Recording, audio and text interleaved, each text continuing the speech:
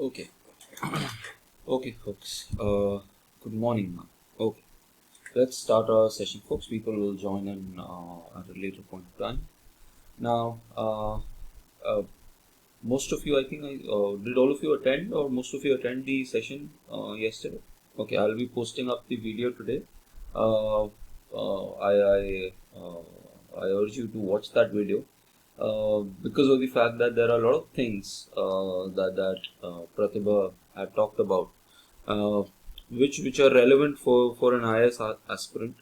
That why one should focus on mental health, why one should focus on exercise, why one should focus on mains prep before going into the prelims prep, and for confidence having a backup option in life. And this exam being very I would say especially the prelims aspect, uh, it is at times very dicey as well, because you never know what happens. I take Pratibha's example. Pratibha secured last year secured 623, and this year prelims. She was not able to clear prelims, and that's also the case with a lot of IS officers that I know. Civil services officers that I know. There's another student that I was telling you about from economics. Gave the interview on 16th of May, and it was very unfortunate that he and she had her main prelims on 28th of May, and she could not qualify. So that one attempt where you were very close, she was very close, just 10 marks away from selection, and within next 10 days you realize that it's not just now one more year, it's going to be 2 more years. So this exam tests you quite a bit emotionally as well. So this is why I see the productivity of this program, that it kind of doesn't, even if it doesn't help you very much academically. मतलब अगर academics में क्या है, अखबार तो आप पढ़ सकते हो, but getting into this routine, एक होता है ना कि मतलब there's someone who's telling you कि अच्छा आप सुबह उठना है, आना है यहाँ पर, just showing you consistency, that grit of sleeping on time, waking up on time, even कई बार हो सकता है आप ऊपर नीचे भी सो जाओ.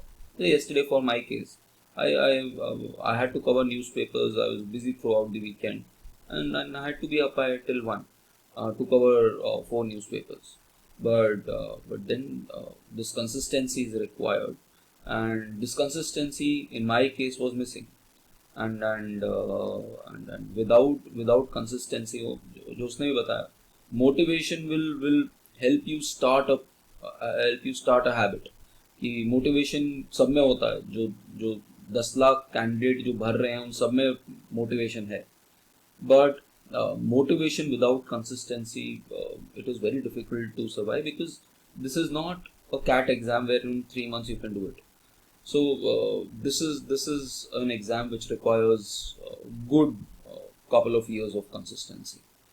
Something which was missing in my case. I was always good at prelims because 90 days is all I used to take for prelims, and then invariably आज भी मैं बोलता हूँ कि मुझे 90 days ही चाहिए, not even 90 days, 60 days चाहिए, but mains did not have that consistency. So learn from this, whatever was missing in my case and whatever is there in others, we should learn from them.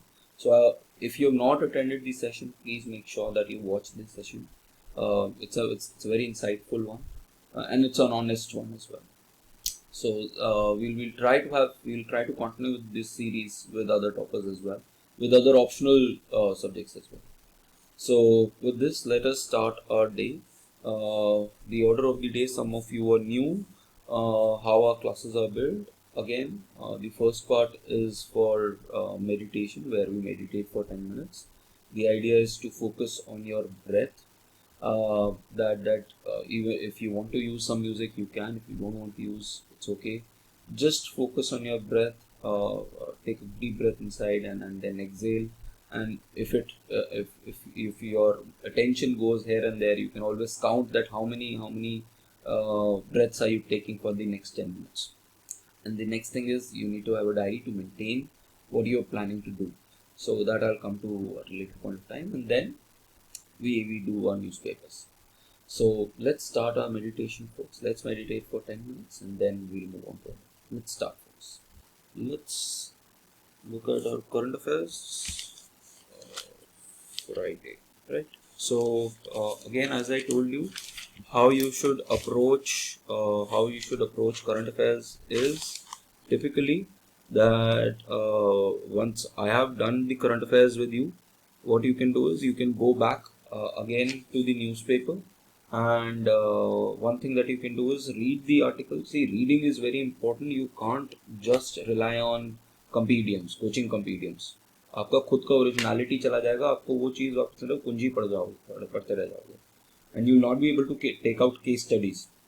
तो वो case studies जो इधर उधर हमें निकालनी है, जो हमें अलग से उसमें रखनी है, क्या कहते हैं, अपने एक रजिस्टर में रखनी है, वो केस स्टडीज़ निकाल पाओगे, दूसरी रीडिंग हैबिट खत्म हो जाएगा. And you need to know how to put forward answers, write critical reviews. So therefore reading newspapers is important. So read it on your own. Once I have done it, then it will be very easy for you to cover it in 20-25 minutes, maybe 30 minutes, but not more than 90 minutes to everything regarding current affairs. So ये आपको करना है, और notes बनाने की बजाय go to forum.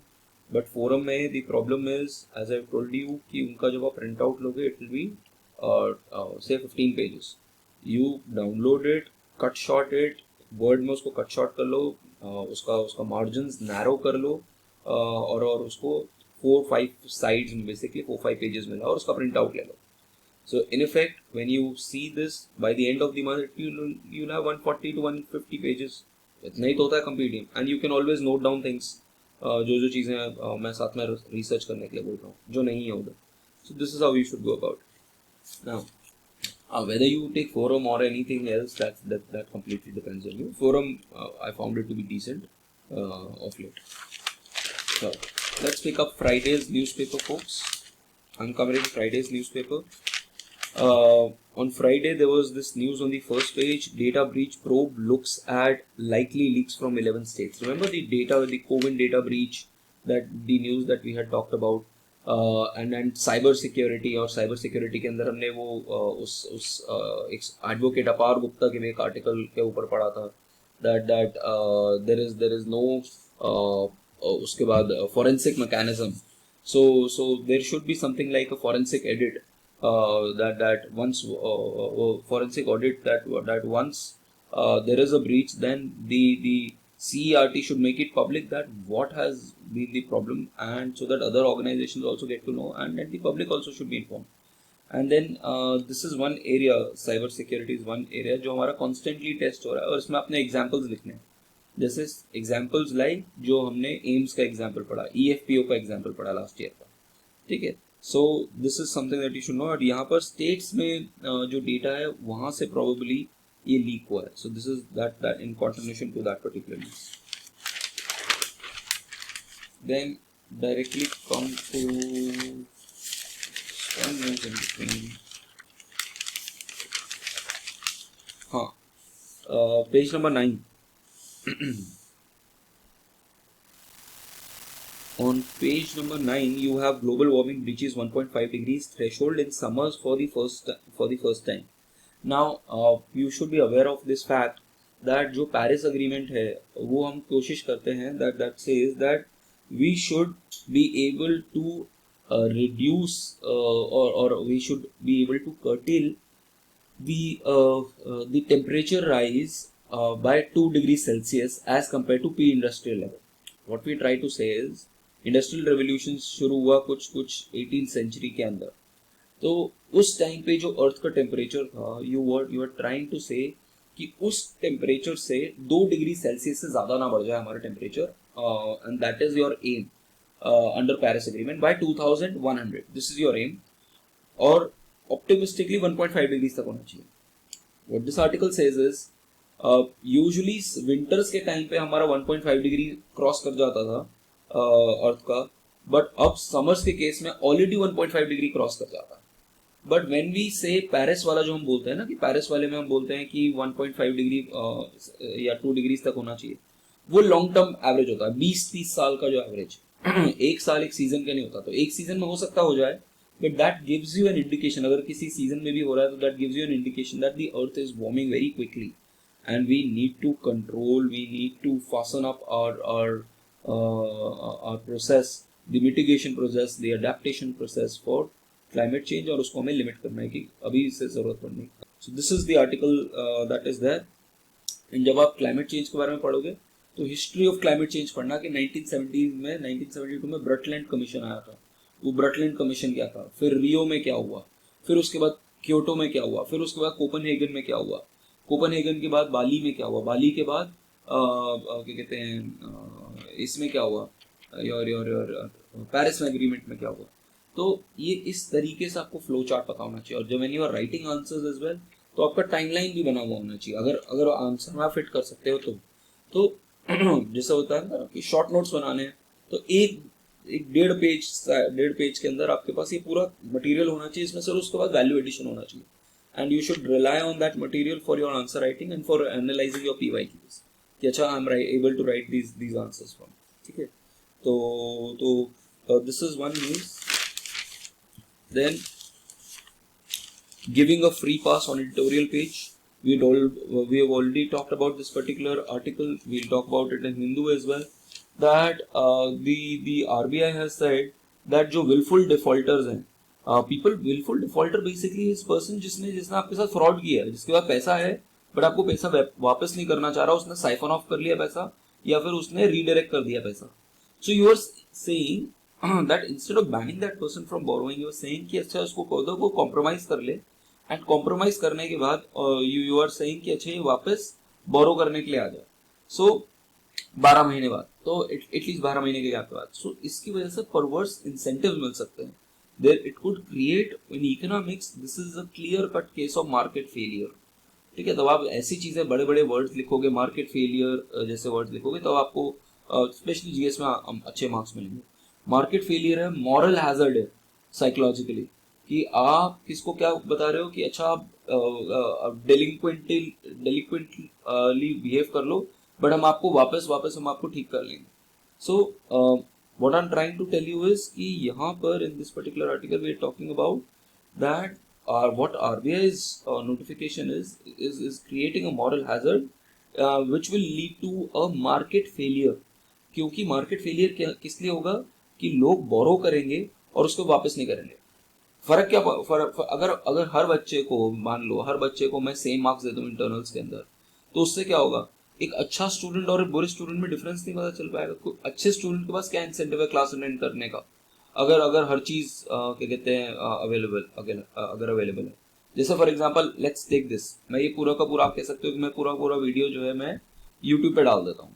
But why are you attending this? Because you are there in the morning session. आप morning time पे आ रहे हो उस टाइम पे साथ में अटेंड करने.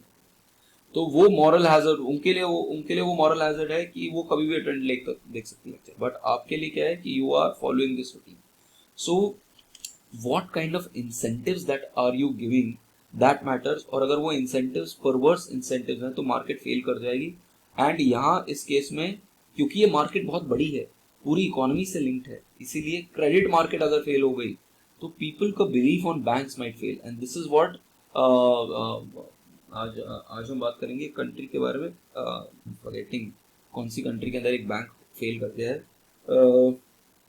लेबनान में. आई थिंक लेबनान में बैंक्स फेल कर गए. तो दिस बेसिकली शोज कि बैंकिंग स्ट्रक्चर के ऊपर कोई फेथ नहीं रहेगा. So this is what we are trying to say in this particular article that the RBI itself has been against providing leeway to such borrowers under June 7, 2019 framework. Those who have committed frauds, malfeasance, willful default were ineligible for restructuring of loans. But it is odd that it has introduced the framework that pays ways to settlement to be negotiated between borrowers and banks. And what is the rationale of this 12-month period? And even bank unions are against this. And in fact, if you see, जो top 50 defaulters हैं वो बहुत ही बड़ा share लेके बैठे हुए हैं हमारे आउटस्टैंडिंग एनपीए का. 90,000 करोड़ का शेयर उनका है. तो we should not give such kind of leeway to such individuals. Then no end in sight. your Russia Ukraine war recently marked almost this 500 days mark. तो and then there is on the horizon there doesn't seem to be any kind of solution. वो war जो है वो protracted war चले जा रही है. In fact, there are all signals that this becomes even more worse war. जैसे for example the destruction of dam जिसका ecological concerns है यूक्रेन के अंदर. The other thing is Belarus. Now again I want you to see the map of this particular region. ठीक है, ये आपके लिए होमवर्क है. रशिया का मैप देखो, यूक्रेन का मैप देखो. मैंने लास्ट ईयर बताया था कि यूक्रेन का मैप देख के जाना, और इस साल प्रीलिम्स में क्वेश्चन था यूक्रेन की नेबरिंग कंट्रीज के ऊपर. तो यूक्रेन का मैप देखो, रशिया का मैप देखो, बेलारूस देखो, बेलारूस कहाँ पर है. ठीक है, और इसके आसपास जो सीज हैं सारे के सारे, ब्लैक सी, कैस्पियन सी, ठीक है, सी ऑफ अजोव, ये सारे के सारे सीज एक बार आइडेंटिफाई करके एक जगह पे छोटा सा डायग्राम बना लो कि ये कंट्रीज हैं इसके आसपास.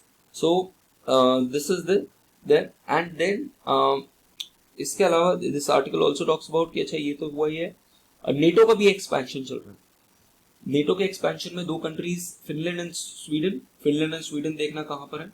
ठीक है, और ये जो उसमें फिनलैंड जो है उसने तो ज्वाइन कर लिया, बट क्या कहते हैं, because this membership needs approval of all members. Turkey has not allowed the membership of Sweden. ठीक है, because Sweden has been one of the countries जहां पर टर्की जिन जिन 2-3 एलिमेंट्स को बोलता है कि ये टेररिस्ट ऑर्गेनाइजेशंस हैं, उनके मेंबर्स को होस्ट करके बैठा हुआ है Sweden. So therefore, Turkey has been obstructing the entry of Sweden in NATO. तो NATO के बारे में भी पढ़ लेना. What is this organization? It's basically a military grouping, ठीक है, in the world. और ये Cold War की एक military grouping थी. So read about this article. Then another good article is all about life. Here you can research about एक दो concepts के बारे में पढ़ना. ये साइंसेस में आएंगे. Basically this is creating new individuals and basically body parts as well. I mean research about a concept called as pluripotency and totipotency. इनके बारे में पढ़ना. What is this pluripotency, totipotency, और जब आप पढ़ोगे तो उससे रिलेटेड टर्म्स नीचे मिल जाएंगे. You can read about it. And कहीं पर भी आपको लगे कि मुझे गूगल सर्च में ज़्यादा टाइम लग रहा है, go to ChatGPT. ChatGPT में बता दो, चैट जीपीटी आपको पूरा प्रॉम्प्ट करके दे देगा. Use chat GPT well. ठीक है, तो वो आपको ऐसे उसको आपको अच्छे से ऑर्गेनाइज करके देगा. ठीक है, मेरिट्स डीमेरिट्स किसी चीज के ढूंढने हो, चैट जीपीटी को प्रॉम्प्ट कर दो, वो अपने आप दे देगा आपको और अच्छे से फॉर्मेट करके देगा. तो use technology for understanding for understanding things. अगर आपको गूगल नहीं करना है तो यहाँ पर क्या है, यहाँ पर सिंथेटिक ह्यूमन एम्ब्रियोज का फर्स्ट टाइम यूज हुआ.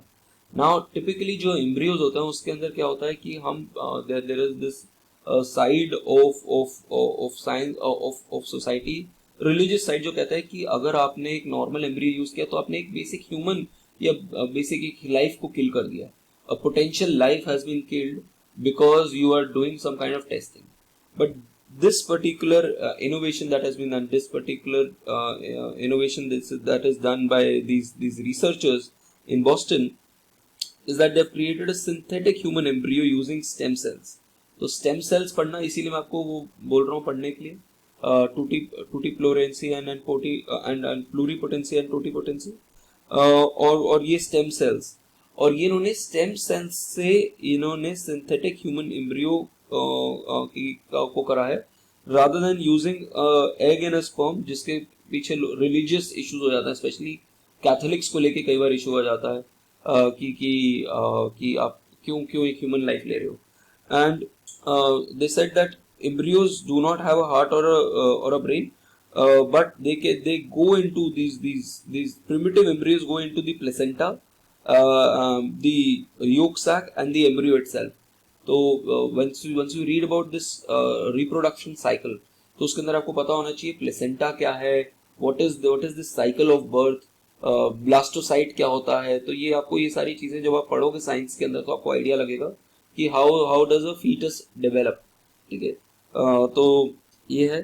Then you have to this research will get into the black box of human development. Basically before pregnancy is basically detected on the scan what happens to the individual. और एक बार आपको stem cells के बारे में detail में पता चल गया कि क्यों एक पर्टिकुलर इंसान को एक पर्टिकुलर डिजीज होती है, तो you can even treat those diseases. तो बहुत फंडामेंटल बायोलॉजी के ऊपर ये रिसर्च है, which is a very important research. Typically थोड़ा प्रीलिम्स ओरिएंटेड है। Then 3 years after Galwan, a very good article which basically talks about कि हमारे जो डिपेंडेंसी है वो बहुत ज़्यादा है डिफेंस को लेके, और जो हमें चेंज करनी है। This particular article opens your eyes and a critical review है, और जब आप क्रिटिकल रिव्यू लिखोगे ना क्या कहते हैं हमारे डिफेंस इंडस्ट्री के ऊपर, तो बड़ा अच्छा आर्टिकल है, specially coming from someone who is the chief of naval staff. ठीक है, सो ही बेसिकली इज आर्ग्यूइंग कि इंडिया सबसे पहले तो बात कर रहा है कि चाइना का ऑलरेडी एक स्टेटमेंट आया हुआ है that India is unlikely to catch up with China in the coming decades because of our industrial infrastructure. और वो सबसे ज्यादा इंडस्ट्रियल इंफ्रास्ट्रक्चर डिफेंस में दिखता है कि बहुत लैकिंग है।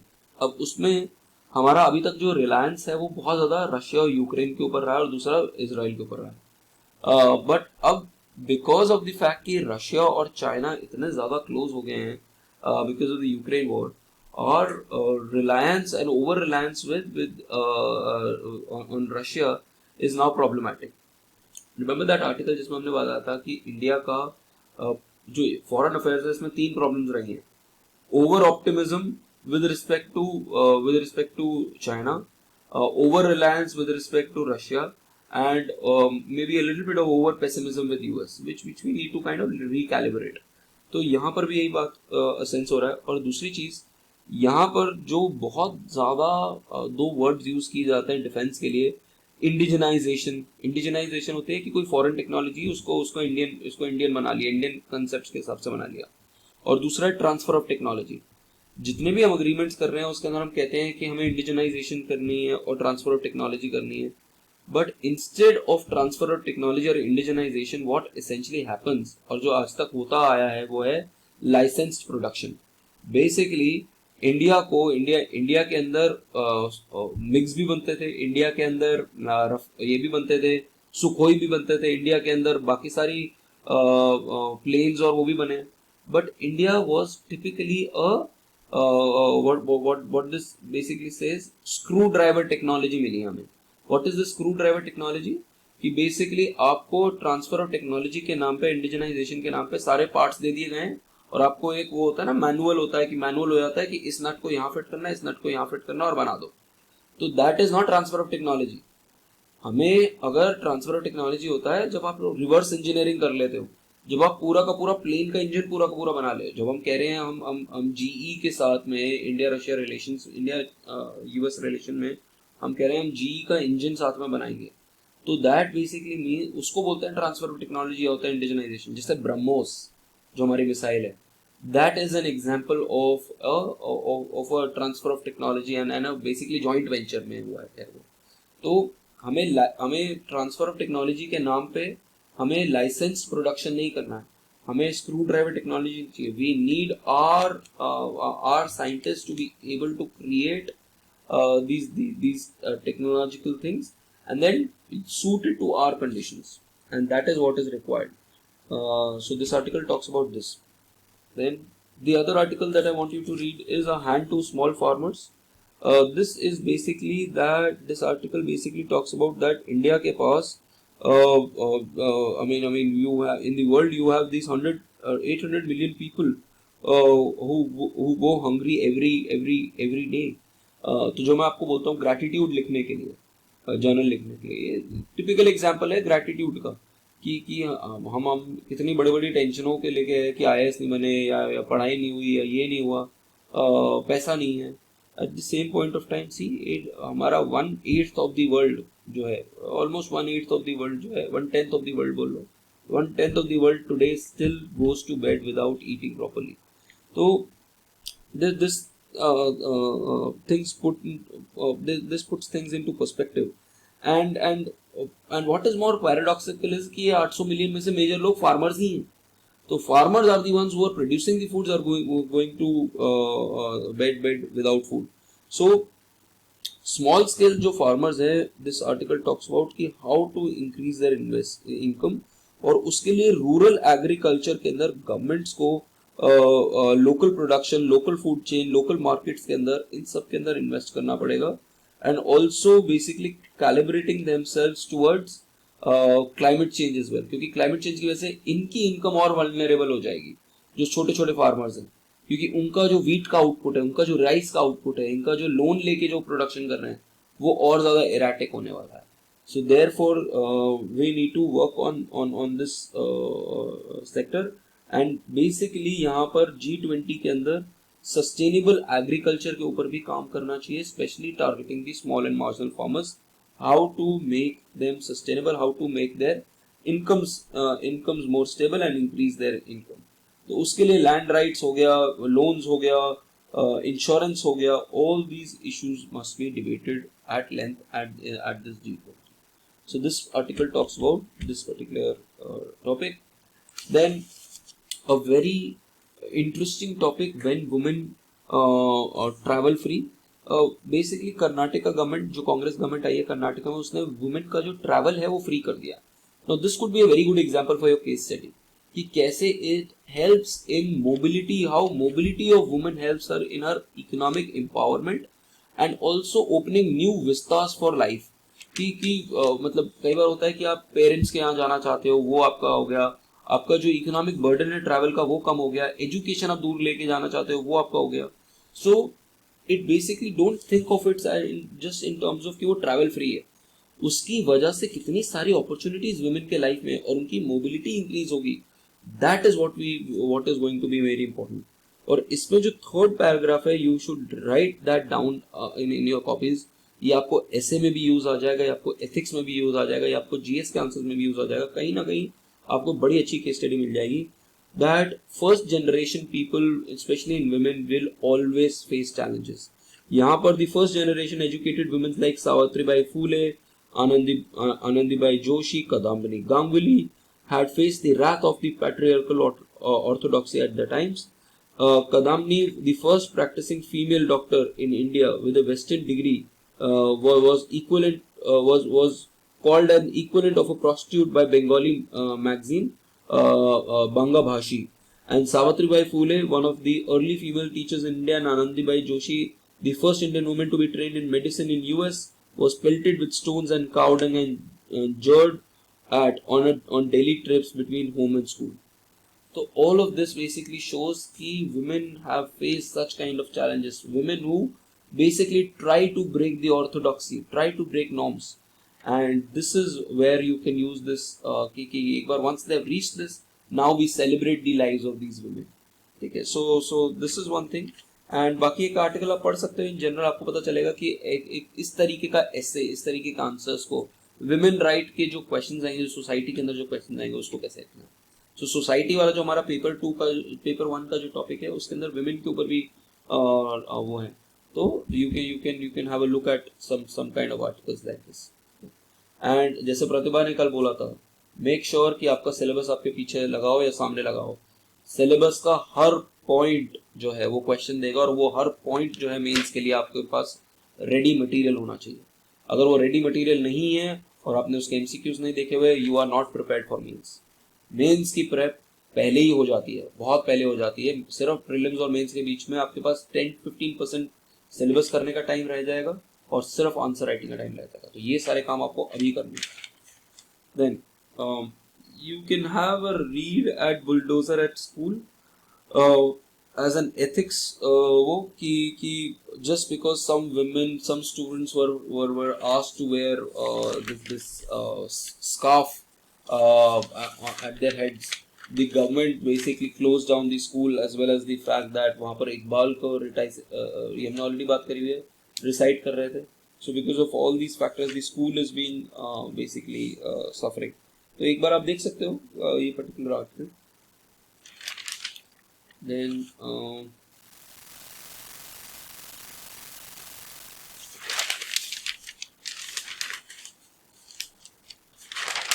come to this thing, explained page.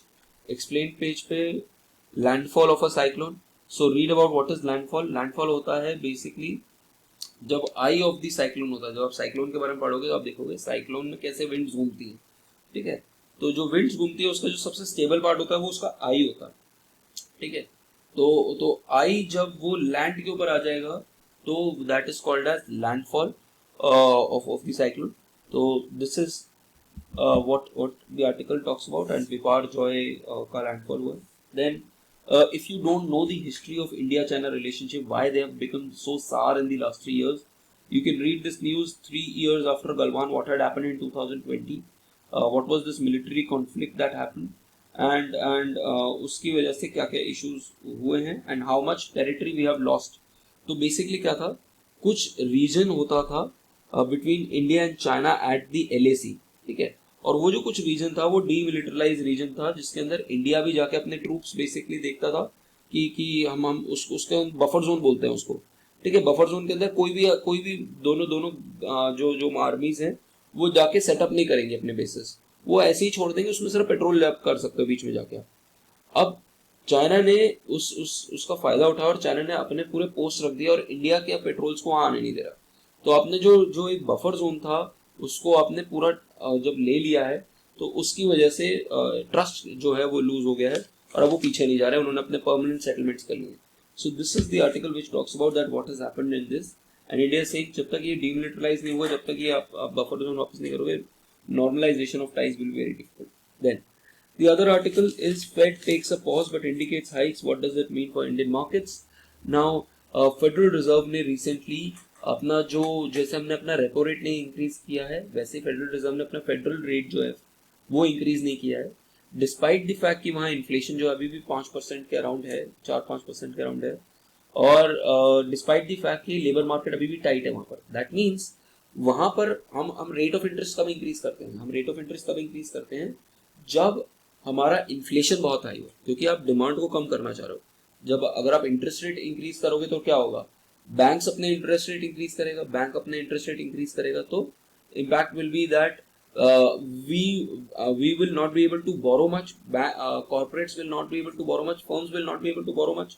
अगर वो borrow नहीं करेंगे तो प्रोड्यूस तो इन्वेस्टमेंट नहीं होगी, इन्वेस्टमेंट नहीं होगी तो जीडीपी ज्यादा प्रोड्यूस नहीं होगा। दैट मीन्स आपका जो डिमांड कर्व है वो नीचे हो जाएगा तो प्राइसेस कम हो जाएंगे। तो this is the way through which the RBI tries to reduce the price in the market। तो but what we are seeing is that US के अंदर इन्फ्लेशन का जो पेस है वो कम धीरे हो रहा है, कम इतनी तेज कम नहीं हो रहा, और दूसरा उनका आउटपुट जो अभी भी स्ट्रांगली परफॉर्म कर रहा है। So therefore despite all of this what they have done is they are after 10 continuous क्या कहते हैं hikes they have paused it because क्या होता है कि अगर आपने आज इंटरेस्ट रेट इंक्रीज किया उसका इम्पैक्ट कई महीनों बाद आएगा, जिसको बोलते हैं पॉलिसी लैग। ट्रांसमिशन जो होता है, ट्रांसमिशन ऑफ मॉनेटरी पॉलिसी के अंदर लैग आता है। आपने अभी कोई डिसीजन लिया, उसका एक्शन कई बार थोड़े महीने बाद दिखता है। जैसे आपने लैग का इम्पैक्ट, जैसे जूम में कई बार आपने देखा होगा कि मेरे लिप्स बोल रहे हैं बट आपको आवाज जो है 1 मिनट बाद पहुंच रही है। This is lag basically what we are talking about. तो सेम लैग मॉनेटरी पॉलिसी में भी होता है कि आपने आज एक्शन लिया, उसका इम्पैक्ट 2-3 महीने, 6 महीने, 8 महीने बाद भी दिख रहा होता है, ठीक है। तो this is lag impact in monetary policy. तो उसकी वजह से वो अभी बैठ के देख रहे हैं कि हमें अभी करना चाहिए कि अभी नहीं करना चाहिए, बाद में या फिर बाद में करेंगे। तो दे हैव सेड कि इस साल हम शायद से 2 बार और इंटरेस्ट रेट इंक्रीज करेंगे। अब उसका इम्पैक्ट इंडिया की मार्केट पे क्या बेसिकली होता है कि अगर यूएस इंटरेस्ट रेट इंक्रीज करेगा और इंडिया का इंटरेस्ट रेट कम रह गया, मतलब इंडिया का यूजुअली इंटरेस्ट रेट ज्यादा होता है और यूएस का इंटरेस्ट रेट कम होता है, बट अगर यूएस का इंटरेस्ट रेट बढ़ गया, इंडिया का नहीं बढ़ा, तो इनके बीच में जो डिफरेंशियल है ये कम हो गया। और अगर डिफरेंशियल कम हो गया तो फिर जो इन्वेस्टर है वो इंडिया आने की बजाय वो यूएस में ही चल रह जाएगा, ठीक है। तो इंडिया के फॉरेन जो आपके पोर्टफोलियो इन्वेस्टमेंट्स है वो हो सकता है कम हो जाए और उसकी वजह से हमारी स्टॉक मार्केट पे इम्पैक्ट आता है। So this is the article that is there. The bank Lebanese जो मैं आपको बोल रहा था, लेबनान के अंदर जो है वो प्रोटेस्ट चल रहे हैं बिकॉज देयर बैंकिंग स्ट्रक्चर है कोलैप्स। देन उसके बाद इसके अंदर इकोनॉमी के अंदर why RBI's move on willful defaulters has sparked controversy. Please read this. We have already talked about all of this. Then palm oil imports fall by 15%. ये research करो कि पाम ऑयल हम कहाँ से लेते हैं। आप दिखाई देगा पाम ऑयल का प्रोडक्शन के लिए क्या चाहिए होता है, इक्वेटोरियल रीजन में बनता है बेसिकली पाम ऑयल, ठीक है। पाम ऑयल कहाँ बनता है, पाम के ट्रीज आपने देखे होंगे कहाँ पर पाम के ट्रीज होते हैं, क्यों होते हैं इंडोनेशिया के अंदर, क्यों होते हैं थाईलैंड के अंदर, what is the climatic condition जिसकी वजह से चाहिए, तो वो सब चीज़ें पढ़ो. देन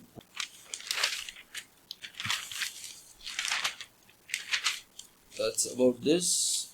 Then the हिंदू देख लो. हिंदू में 2-3 अच्छे आर्टिकल थे इसका.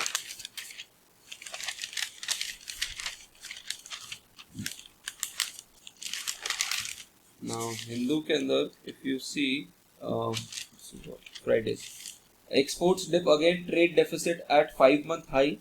तो ट्रेड डेफिसिट क्या होता है, और वो बेसिकली एक्सपोर्ट्स माइनस इंपोर्ट्स जो होता है, that is called as trade deficit. So read this article कि ट्रेड डेफिसिट जो है हमारा काफ़ी इंक्रीज हो गया है. एंड हमारे ट्रेड डेफिसिट क्यों इंक्रीज हुआ है, क्योंकि हमारे एक्सपोर्ट्स जो है वो कॉन्ट्रैक्ट कर रहे हैं और इम्पोर्ट्स बढ़ गए हैं. That is led to trade deficit increase. इसी को ट्रेड बैलेंस भी बोलते हैं कई बार. ठीक है, अगर विजिबल कमोडिटीज का देख रहे हो, और जिसको हम बोलते हैं मर्चेंडाइज एक्सपोर्ट्स. मर्चेंडाइज एक्सपोर्ट्स होते हैं जो विजिबल एक्सपोर्ट्स होते हैं. ठीक है, और इसी को बैलेंस ऑफ ट्रेड भी बोला जाता है. Merchandise imports minus merchandise exports, this is also called as balance of trade. तो वो हमारा जो है डिक्लाइन किया है. So this article basically talks about that. Then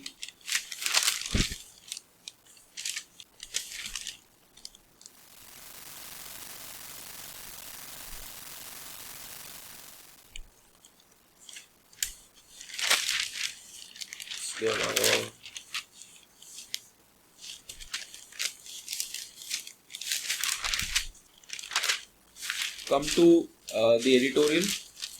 editorial के अंदर कोड रेड मैंने आपको already told you to read on uniform civil code.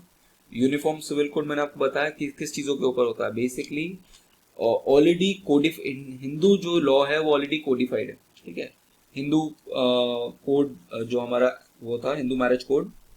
Code क्या होता है, कोड बेसिकली वो लॉज होते हैं जो एक ही चीज़ के बारे में बात कर रहे हैं, जब हम उनको कंबाइन कर देते हैं उसको हम कोड बोल देते हैं. ठीक है, for example IPC, Indian penal code, सारे के सारे पनिशमेंट्स को आपने एक साथ डाल दिया एक सेट ऑफ उसके अंदर, तो उसको हम पीनल कोड बोलते हैं. Similarly criminal code. ठीक है, वैसे ही uniform civil code, Hindu marriage code, तो उसके अंदर हिंदूज के लेके मैरिज को लेके जितनी भी चीजें थी हमने साथ साथ में हिंदू कोड के अंदर डाल दी थी. अब हम क्या बोल रहे हैं कि सारे के सारे रिलीजन्स के जो मैरिज को लेके, डिवोर्स को लेके, इनहेरिटेंस को लेके, अडॉप्शन को लेके जो लॉज हैं, ये डिफरेंट लॉज हैं. ठीक है, इनको आप होमोजेनाइज कर लो और इनको एक तरीके का इनका लॉ होना चाहिए, which is called as uniform civil code. Now this has been a topic because personal law जो है वो बड़ा क्रिटिकल इशू हो जाता है. ठीक है, बड़ा पॉलिटिकल इशू हो जाता है. ठीक है, अब can you expect other religions to basically follow a homogenized version? क्या homogenization, is it too much of the question, the ethical question, is it too much of curtailment of freedom of professing your religion? That is the question that you need to ask. और specially दूसरी चीज है कि should you go about UCC or should you go about ending discrimination with in each religion. जैसे हमने triple तलाक हमने खत्म करवा दिया. ठीक है, तो आपको क्या individually should you reform the religions और should you go for complete overall of all these religions and make them follow homogenized this thing law with respect to these. This is the debate that is there. Even B.R. Ambedkar said that this is desirable, but it should be voluntary. It should not be imposed. So this is one thing. The other article that I want you to read is maybe jump-starting the next phase of US defense relationship. So what is this 2+2 ministerial dialogue? You can read about that. And हमारा जो major initiative जिसके ऊपर हम बात कर रहे हैं वो ISET है. Initiative on critical and emerging technology, जिसके अंदर हमारा मेजर एम्फेसिस डिफेंस उसके ऊपर है. But at the same point of time remember that article, transfer of technology and जो हमारा वो है indigenisation, it should not lead to just screw driver technology, it should not lead to just licensing of production, actually में transfer होना चाहिए. This read this article on that. Then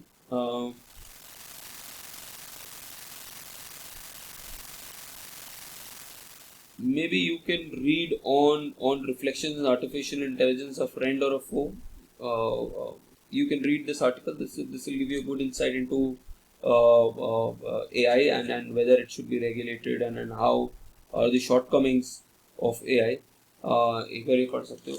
But what is more important, यहाँ पर लिखा है right hand side में Pokali rice. Pokali rice basically is a rice which is grown in Kerala, and it's a saline tolerant variety of rice. मतलब बारिश वारिश ज़्यादा हो तो भी चल जाएगी ये राइस. तो read about this rice. It is cultivated in Ernakulam, Thrissur and Alappuzha districts of Kerala on the onset of monsoon. और इसके साथ में जो अल्टरनेटिव चीज चलती है वो होती है श्रिम्प. तो एक सीजन में राइस, एक सीजन में shrimp cultivation. Then text and context is ranking system of colleges flawed. Maybe you can read about this कि what is this ranking system that is there, what is this NIRF ranking, पहली बात तो. दूसरा उसका weightage क्या है. तीसरा it relies too much on basically this thing citations. कितनी citations यूज हुई हैं, जो आपके टीचर्स पढ़ा रहे हैं या रिसर्चर्स हैं उनकी citation कितनी है. अब इस पूरे प्रोसेस में क्या होता है, कई बार जो टारगेट होता है वही गोल हो जाता है. तो कई सारे इंस्टीट्यूशंस हैं दिल्ली यूनिवर्सिटी के अंदर भी जिनका पूरा का पूरा एम जो है वो सिर्फ अपनी रैंकिंग इंप्रूव करना है. बाकी सारी चीजें बाद में है, उनको सिर्फ ये करना है कि हमारा कॉलेज अच्छा रैंक हो जाए. तो ranking becomes the aim of the college rather than a process. That is problematic. ये सेम चीज इंडिया के ईज ऑफ डूइंग बिजनेस में हुई थी. हमारा ईज ऑफ डूइंग बिजनेस, हम क्रेजी हो गए थे कि हम ease of doing business index में हम अपने आप की रैंकिंग बढ़ा लें, बाकी सब कुछ भूल गए हम. तो वो उस तरीके से मैनिपुलेट करना शुरू कर देते हैं अपने उस रैंकिंग को. दैट इज समथिंग रॉन्ग और वो एक इशू है यहाँ पर. Then are non communicable disease increasing in India. हमने ऑलरेडी लैंसन के ऊपर बात कर चुके हैं. 101 मिलियन लोग हैं जो डायबिटिक हैं. 136 मिलियन लोग और हैं जो प्री डायबिटिक हैं, और इनका मेटाबॉलिज्म जो है वो खराब है, डाइट्स खराब है, उन सबको हमें चेंज करने की जरूरत है. So read about this article.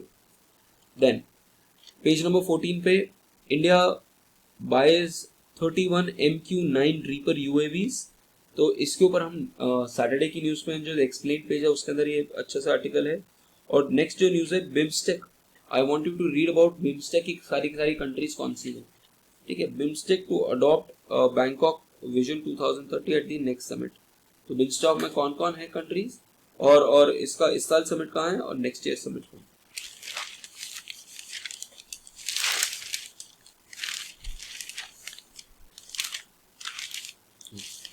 Then quickly let's see only the Indian Express of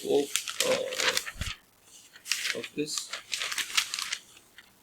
of Saturday. PM to visit US, Egypt next week to lead yoga event at UN headquarters. तो वो US भी जा रहे हैं, Egypt भी जा रहे हैं, और साथ में UN headquarters के अंदर योगा का भी वो है. And this shows the soft power that India has been exporting over the years. अब योगा जो है अब it has become a major export from India. कि अब इंडिया अपना कल्चरल जो है एस्पेक्ट जो है वो अब बाहर बांट रहा है. So that is one good thing that is there. Then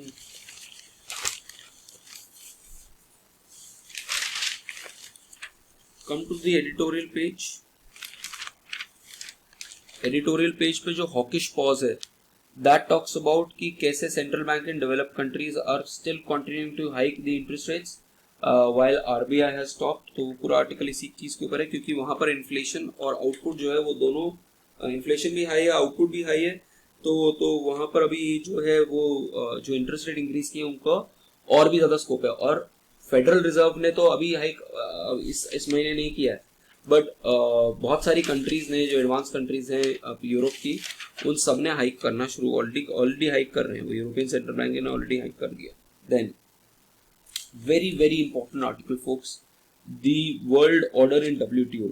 world order in WTO के अंदर बेसिकली ये बता रहा है कि कहाँ कहाँ वर्ल्ड डब्ल्यूटीओ में मेजर इश्यूज हैं। एक जो मेजर इशू बताता है वो बताता है ये इसका स्पेशल एंड डिफरेंशियल ट्रीटमेंट के ऊपर। हम कहते हैं कि जो डेवलपिंग कंट्रीज हैं और जो लीस्ट डेवलप कंट्रीज हैं उनको हमें हेल्प करना चाहिए, बट हमें दिखता है कि उनको ज़्यादा हेल्प मिल नहीं रही है through WTO and through signing off these WTO agreements. दूसरा जो अपैलेट बॉडी है, मैंने बताया था ना कि एक डिस्प्यूट रिड्रेसल बॉडी है, फिर उसके ऊपर जो है अपील करने की body, appellate body, dispute appellate body, उसका जो जज है ये यूएस ने ब्लॉक कर दिया कि उनके अंदर इलेक्शन नहीं होंगे। उसकी वजह से हर कंट्री अपनी यूनिलेटरलिज्म कर रही है, इंडिया भी कर रहा है, यूएस भी कर रहा है, तो यूनिलेटरलिज्म चल रहा है क्योंकि कोई डिसीजन मेकिंग बॉडी नहीं है जो एडजुडिकेट कर पाए इस चीज के ऊपर। देन तीसरा प्लूरिलेटरल एग्रीमेंट्स बन रहे हैं, बट ये जो मल्टीलेटरल एग्रीमेंट है ये नहीं है। मल्टीलेटरल एग्रीमेंट होता है जहां पर सारी कंट्रीज एक साथ है, जैसे यूएन मल्टीलेटरल है, डब्ल्यूटीओ मल्टीलेटरल है। प्लूरिलेटरल हो गया जैसे ब्रिक्स, ये प्लूरिलेटरल है। तो प्लूरिलेटरल एग्रीमेंट्स की तरफ हम ज्यादा जा रहे हैं और मल्टीलेटरल एग्रीमेंट्स की तरफ नहीं जा रहे because of lack of consensus. Then एक राइट साइड पे आइडियाज पेज पे the way out of deadlock है, बड़ा अच्छा आर्टिकल है on how you could have tackled the Manipur issue by imposing a localized kind of transfer of power to the center। और इसी के अंदर बात है आर्टिकल 355 का यूजेज, 356 का usage and MM Punchhi commission जो बताता था लोकलाइज्ड इमरजेंसी प्रोविजन होना चाहिए। पूरे स्टेट पे नहीं इमरजेंसी लगा रहे हो, बट पर्टिकुलर डिस्ट्रिक्ट के पर्टिकुलर एरिया के ऊपर इमरजेंसी लगा रहे हो because of lack of governance. तो और ये सही चीज़ कम्युनल वायलेंस बिल के अंदर भी थी कि कैसे आप डिप्लॉय कर सकते हो कम्युनल वायलेंस के केस के अंदर, कैसे आप कुछ एरिया के ऊपर प्रेसिडेंशियल रूल लगा सकते हो।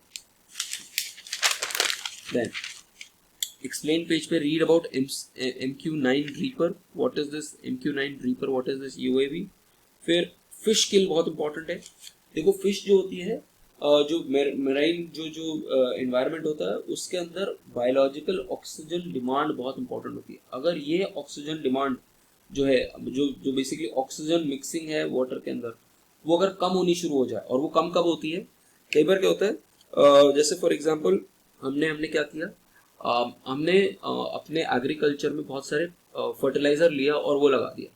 अब बारिश हुई, अब बारिश होने की वजह से क्या होगा, बारिश होने की वजह से सारा फर्टिलाइजर जाके तैर के कहाँ पहुंच जाएगा, रिवर्स के अंदर पहुंच जाएगा, पॉन्ड्स के अंदर पहुंच जाएगा। पॉन्ड्स के अंदर जाके ये क्या करेगा, बेसिकली वीड क्रिएट, फर्टिलाइजर है, फर्टिलाइजर होगा तो उसकी वजह से क्या होगा, वीड्स उगनी शुरू हो जाएंगे। वीड्स उगेंगे तो वो वीड्स जो है वो सारे का सारा ऑक्सीजन खींचना शुरू कर देंगे पॉन्ड का, ठीक है, या रिवर का, जिसकी वजह से जो oxygen left for the marine environment जो है वो खत्म हो जाएगा मेरीन एनवायरनमेंट में, और उसकी वजह से fishes will die, all other this thing will die. This is called as eutrophication as well at times, अगर ये इस पर्पज से हो रहा है तो। देन we have तो ये बेसिकली ये चीज़ है। और जब गर्मी का टाइम होता है और वाटर ज़्यादा गर्म हो जाता है तो वाटर गर्म होने की वजह से भी ऑक्सीजन जो है वो अच्छे से मिक्स नहीं हो पाता वाटर के अंदर, जिसके अंदर फिश डाई कर सकती है। और दूसरी चीज़ कि काम सीज हो, यूजली अगर विंडी सीज हो तो विंड के थ्रू भी पानी के अंदर ऑक्सीजन आता रहता है, बट विंडी सीज नहीं हो, अगर काम सीज हो, टेम्परेचर ज़्यादा तो बहुत सारे फिशेस मर सकते हैं, which is happened in Texas this year. Then remittance story, read about the remittance story. Remittances कम क्यों गए? India is the biggest remittance receiver in the world, around 111 billion आपके पास वो आता है, रेमिटेंसेस आते हैं throughout the world. Specially remittances आते हैं एडवांस कंट्रीज से और GCC वाली कंट्रीज से। एडवांस कंट्रीज से जो रेमिटेंसेस हैं वो कम होने शुरू हो गए क्योंकि वहाँ पर भी इनकम कम होनी शुरू हो गई because of the slow down that they are facing. So this is what the article is talking about. Read this article. छोड़ दो, that's it. So we are going to cover only these, not the Hindu. If there is anything important from the Hindu on Saturday, I'll cover it tomorrow. So folks, this is what you need to do. Make sure that you take those printouts, and those printouts के ऊपर आप scribble कर लो, but at the same point of time, not more than 90 minutes when it comes to current affairs. पहले अपना GS को पहले अपना optional करो, फिर ethics, फिर GS करो, and then come to. So I thank you for attending this session, and I will see you tomorrow morning at 5 a.m. See you folks. Bye bye.